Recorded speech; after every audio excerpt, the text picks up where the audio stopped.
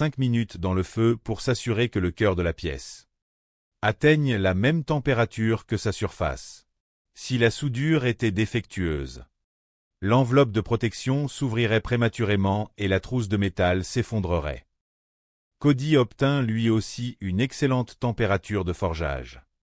Il manipula la presse avec une grande délicatesse lors de la première passe, ce qui était la clé pour stabiliser la poudre agglomérée. Obtenir un premier bloc homogène tenait parfois de la chance avec ce procédé. Une fois la première boîte compactée avec succès, Cody passa immédiatement à la seconde. Dans l'atelier, la tension montait car 2 forgerons attendaient leur tour devant la presse hydraulique. Gary, impatient, décida de court-circuiter l'étape de la presse pour passer directement au pilon pneumatique. C'était un choix audacieux mais prématuré. En général, on recherchait une compression uniforme sur chaque face à la presse avant de soumettre le bloc au choc répété du pilon. Le pilon pneumatique, par ses impacts violents, risquait de faire éclater les soudures latérales encore fragiles. Chapitre 3e. Les failles du métal. La texture que Gary commença à observer sur son bloc n'était pas rassurante. Le métal manquait de cohésion. Si la soudure de forge n'avait pas pris correctement à l'intérieur de la boîte, des déformations, des fissures ou des délaminations internes étaient inévitables. Pris d'un doute légitime, il décida de couper l'enveloppe pour vérifier l'état réel de son acier. Ce qu'il vit le rassura temporairement, la texture semblait acceptable à première vue. Soulagé, il commença à étirer le métal pour lui donner la longueur requise. Il ne restait plus que 2 heures de jeu. Paul Raspe travaillait à une vitesse remarquable. Enchaînant les passes à la presse, il commençait à obtenir une trousse bien proportionnée. Cependant, les juges remarquèrent que son acier refroidissait trop rapidement entre les passes. Travailler un métal trop froid augmentait les tensions internes de l'acier et pouvait provoquer des ruptures structurelles invisibles à l'œil nu. C'était là tout le danger des soudures de forge menées dans la précipitation.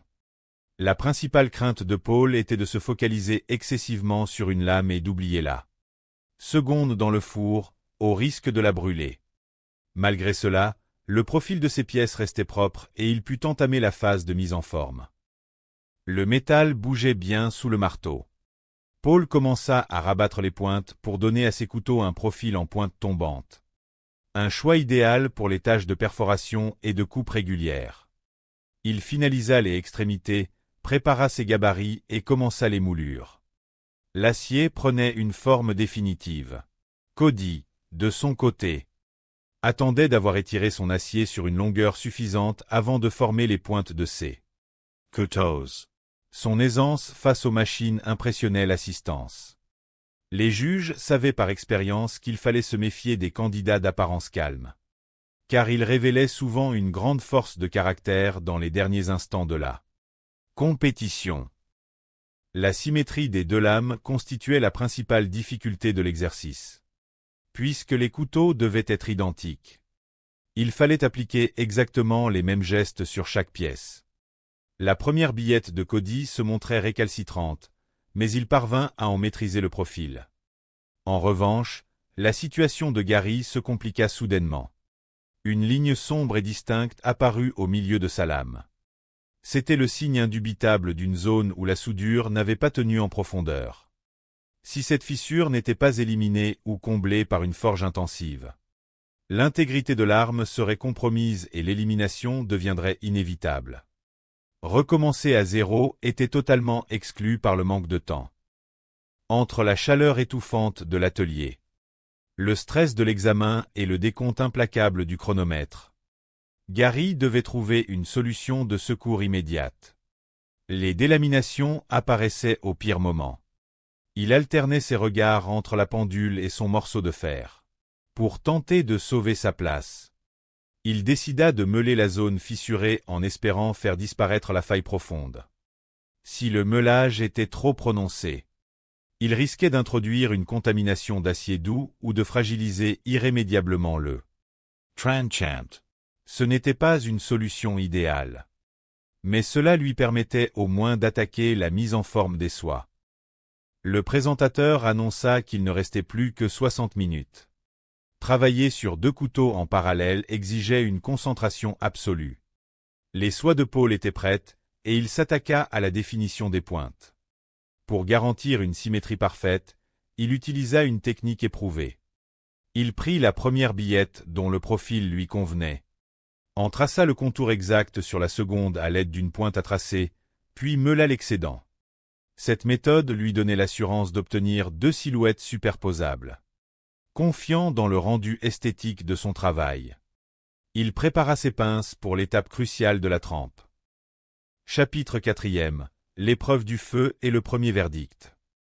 La trempe était le moment de vérité où le métal pouvait révéler des fissures fatales sous l'effet du choc thermique. Cody plongea sa première lame dans le bac d'huile. En la ressortant, il constata une légère déformation latérale, un voilement de la lame. Mais il resta persuadé de pouvoir corriger ce défaut mineur lors du ponçage ultérieur. Il procéda ensuite à la trempe de sa seconde pièce, qui se déroula sans encombre. Son seul objectif était désormais de maximiser le temps restant pour présenter un ensemble cohérent et soigné aux membres du jury. Pour maintenir une émoulure parfaitement identique sur les 2 couteaux, Tim utilisa une astuce ingénieuse. Il assembla ses 2 lames flanc contre flanc à l'aide de serre-joints avant de les présenter face à la bande abrasive de la ponceuse. Cette méthode lui permettait de meuler les 2 émoulures en un seul mouvement, garantissant un profil rigoureusement similaire.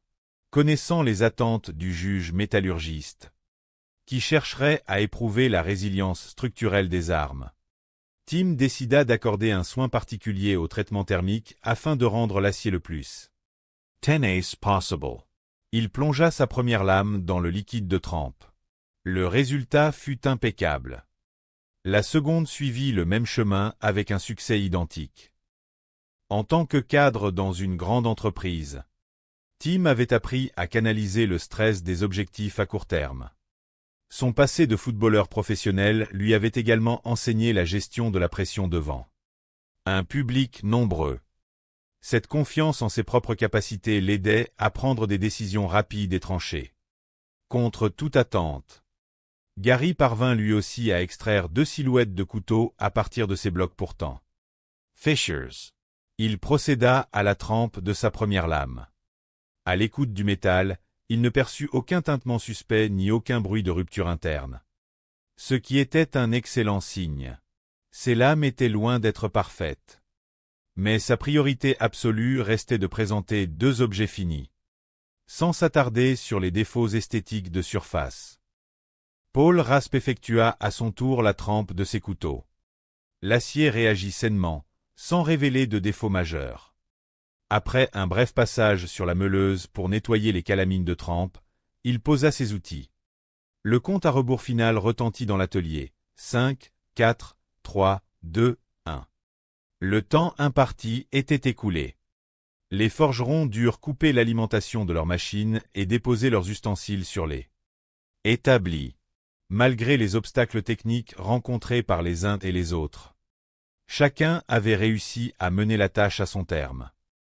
Le jury prit place pour l'examen critique des œuvres. Tim présenta ses 2 couteaux en premier. Les juges saluèrent la régularité globale du profil, malgré quelques légères imperfections dans l'alignement des émoulures. L'épaisseur du dos de la lame laissait cependant une marge de manœuvre suffisante pour d'éventuelles corrections. Une petite anomalie fut relevée sur la ligne du tranchant, mais rien qui ne puisse être rectifié lors de l'étape suivante. Dans l'ensemble, le travail fut jugé satisfaisant. Paul Raspe s'avança à son tour. Les juges apprécièrent la grande similitude entre les 2 pièces et saluèrent l'audace d'avoir séparé les nuances de matériaux de manière distincte dans chaque boîte. L'acier fut jugé sain et compact, les émoulures régulières et bien menées. Les finitions nécessiteraient un léger nettoyage si Paul franchissait cette étape. Mais l'appréciation globale fut positive. Cody reçut également des éloges pour la rectitude et la régularité de ses lames. Presque parfaites malgré quelques traces de forge